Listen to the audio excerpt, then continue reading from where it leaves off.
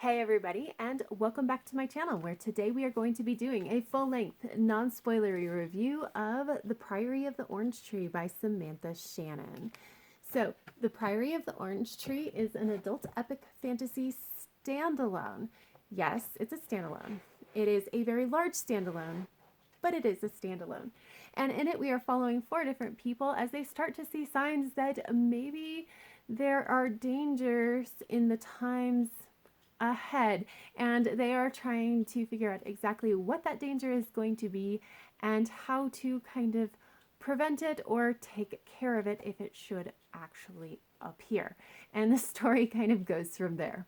Apologies, I know that that's a very, very vague description, but epic fantasy is incredibly hard to summarize in a non spoilery kind of way, and that is the best that I could do. So, anyway, let's go ahead and jump right into the world building. So, the world building on this was actually pretty interesting. So, we have two different, like, basically sets of countries. We have the East and we have the West, and they're kind of divided by what's called the Abyss, which is a really, really deep part of the ocean that basically nobody likes crossing. And so we have essentially almost like two different worlds that happen to know about each other and used to have dealings in the past, but don't currently. And so the author had to establish basically two different worlds. So what I found is that the world building felt familiar for both the East and the West. So the East kind of is definitely very Asian inspired, with different countries kind of being inspired by different real world Asian countries, clearly. And then the West is more generally like European. I don't think it's intended to be fully European, but the countries that might have been something different, inspired by something different, were the countries that we didn't spend a ton of time in, and so I wasn't really able to quite figure it out. But the ones we spend the most time in are definitely more like inspired by Europe.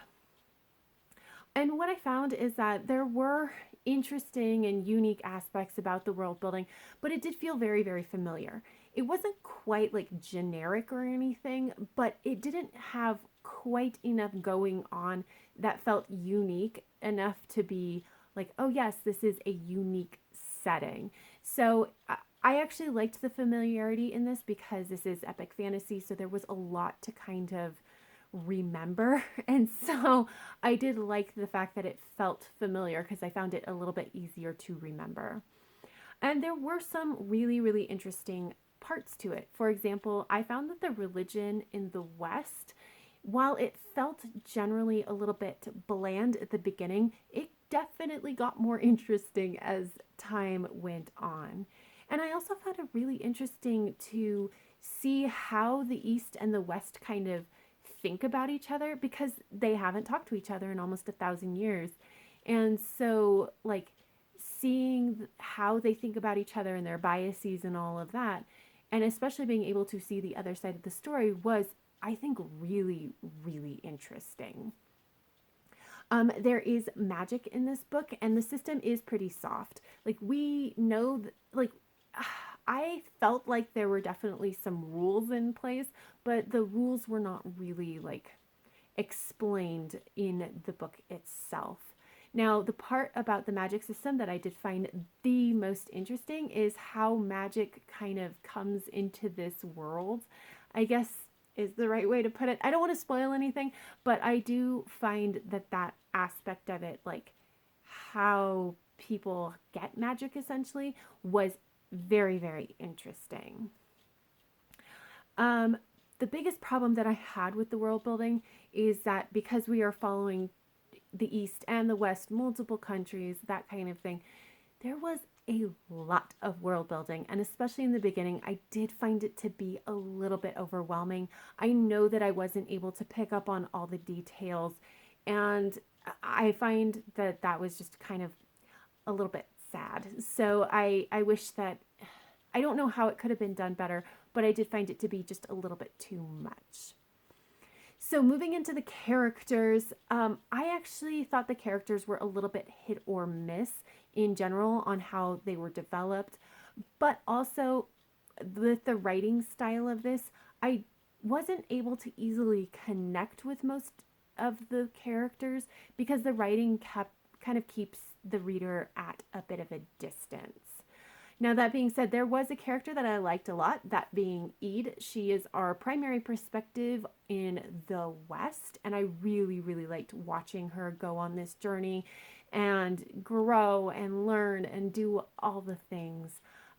Within her perspective, there is a side character who is a pretty large part of the story, Sabran, and I like I didn't really like her as a character, but I do think that she was probably the best developed secondary character, and I did think that she was pretty interesting.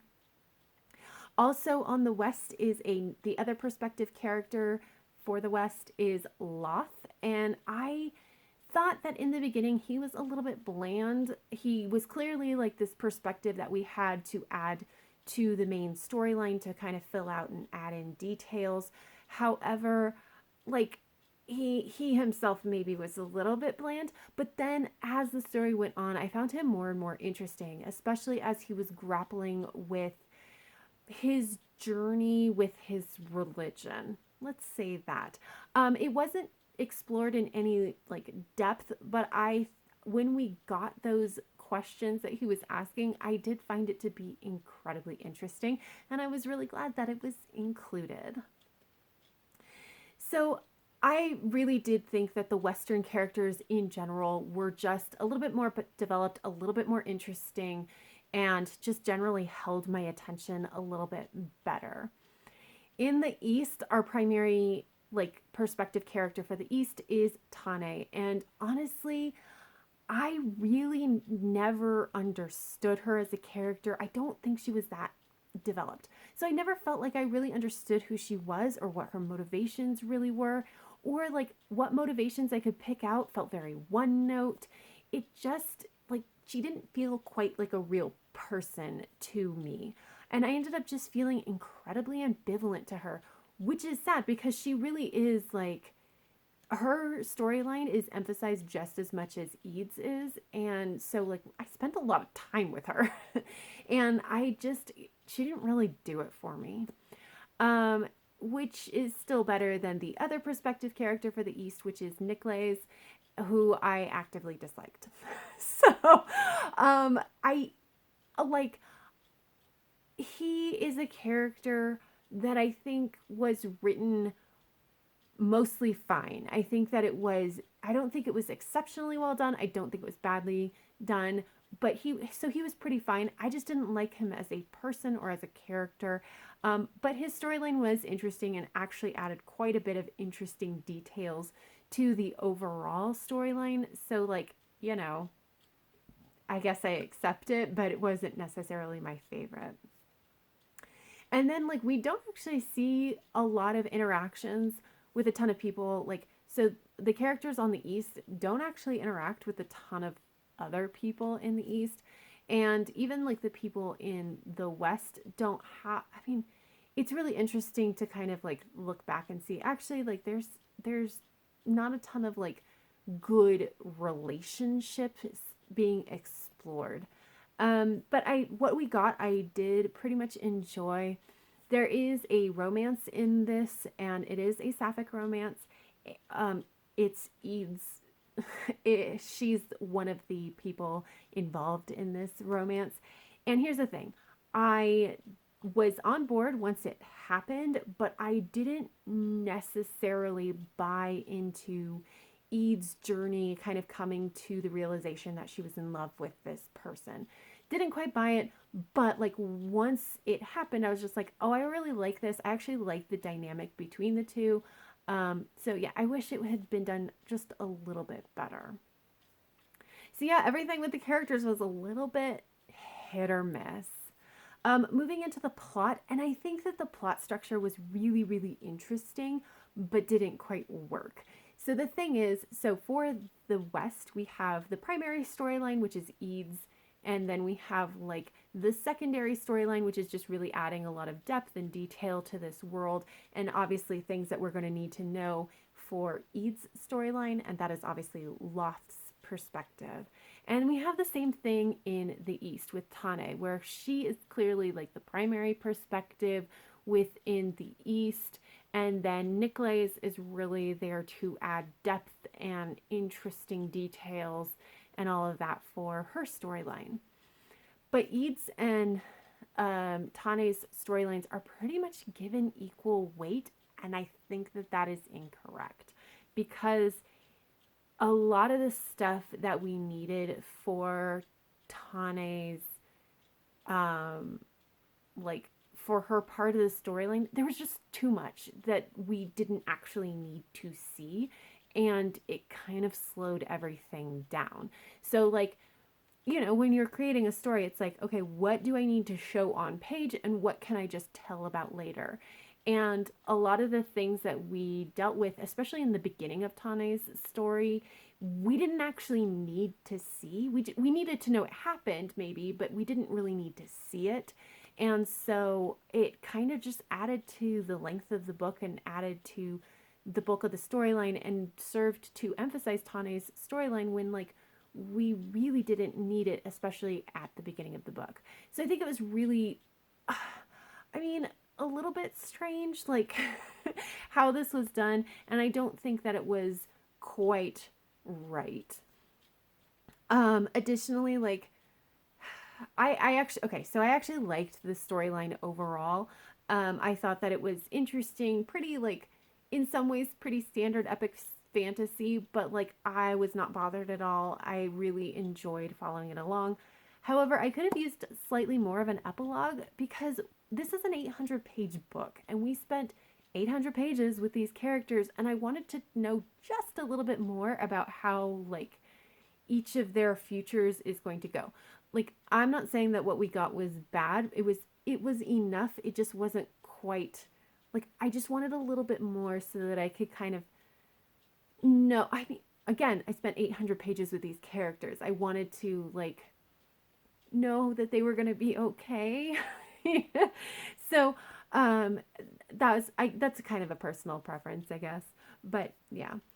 But what I will say for plot wise, I think the strongest thing actually in the entire book is this storyline that's going on, because where basically the characters are trying to uncover the truth about what happened 1,000 years ago, because 1,000 years ago was when the patron saint of the Western religion was living and kind of creating this religion, and his wife was there, and there were dragons, and the dragons got, like, locked away essentially. And this is also when the East closed their ports to the West, and, like, all of this stuff happened 1,000 years ago. And there's stories about what happened, but it's as they start kind of digging into it, it's like, oh, there's other things that happened too. And so they go on this journey to kind of uncover, like, exactly what happened 1,000 years ago. And I found this to be utterly fascinating. Not just the journey, although that was great, and not just the, like, truth of what happened 1,000 years ago, although that was also great, but also, like, the implications and consequences of this truth coming out was also fascinating. So I was really, really intrigued by this. I think that it was done so, so well. So moving into pacing, writing style, and structure. So what I will say about the pacing, it's pretty uneven. It's like there were aspects that I think were not done as well. So things like, again, Tane didn't need to have quite an emphasis on her storyline. And having that when it wasn't really necessary, I think did slow down things.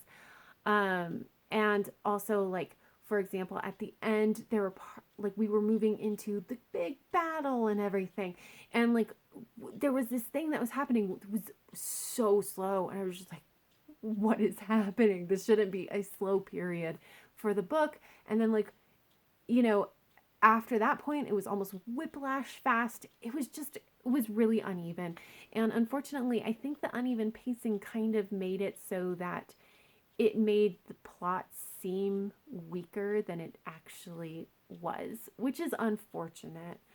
The writing style is slightly flowery, but actually fairly easy to read. So the slightly flowery part does kind of keep the reader at arm's length from the characters, which is why I did have a harder time connecting to them. But what I will say, I liked that the writing was fairly easy to read, because a lot of the epic fantasies that I have attempted in the past have been like a little stiff, a little formal, a little bit more complex in their sentence structures, which means I just have to put in extra work to read it and understand it. But that's really unfortunate to me. That's really unfortunate, because like I'm already putting so much work into trying to remember the world building details and the characters and everything like that. And like to then have to put in more work to understand the writing, I just don't want to. And so I really, really appreciated that the writing was so easy to read. And then, of course, this is a multi-perspective book, 4 different perspectives. I think the author did a really had a did a really good job with the perspectives, because like the 2 characters in the East, Tane and Nicholas, they are tied together at the beginning by this event.